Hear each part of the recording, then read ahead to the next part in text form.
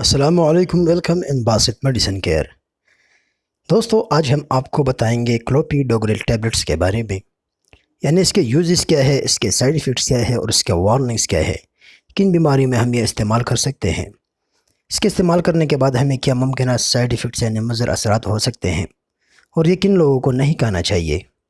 تو اس سب کے بارے میں مکمل معلومات حاصل کرنے کے لیے اس ویڈیو کو لاسٹ تک دیکھیں تاکہ آپ بہتر سمجھ سکیں، ادروائز آپ مس گائیڈ ہو سکتے ہیں۔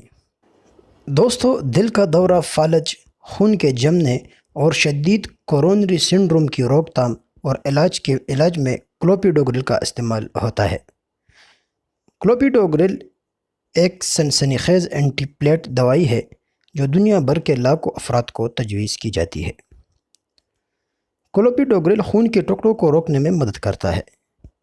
اس سے ایسے افراد میں دل کا دورہ پڑنے یا فالج پڑنے کا امکان کم ہو جاتا ہے جن کو پہلے ہی دل کا دورہ پڑا ہو یا فالج پڑا ہو۔ کلوپیڈوگریل ان واقعات کے لیے اعلیٰ خطرہ والے لوگوں کے کچھ گروہوں میں دل کا دورہ پڑنے یا فالج کے امکان کو بھی کم کر سکتا ہے۔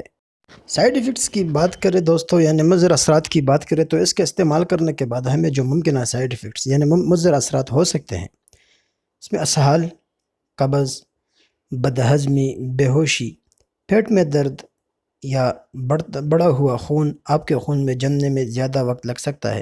مثال کے طور پر جب آپ خود کو کاٹتے ہیں یا آسانی سے چوٹ لگتی ہے۔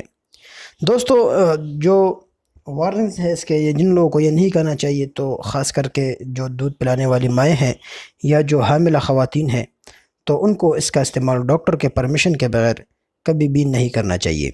کوئی بھی میڈیسن ہو دوستو، ڈاکٹر کے پرمیشن کے بغیر کبھی بھی استعمال نہ کریں۔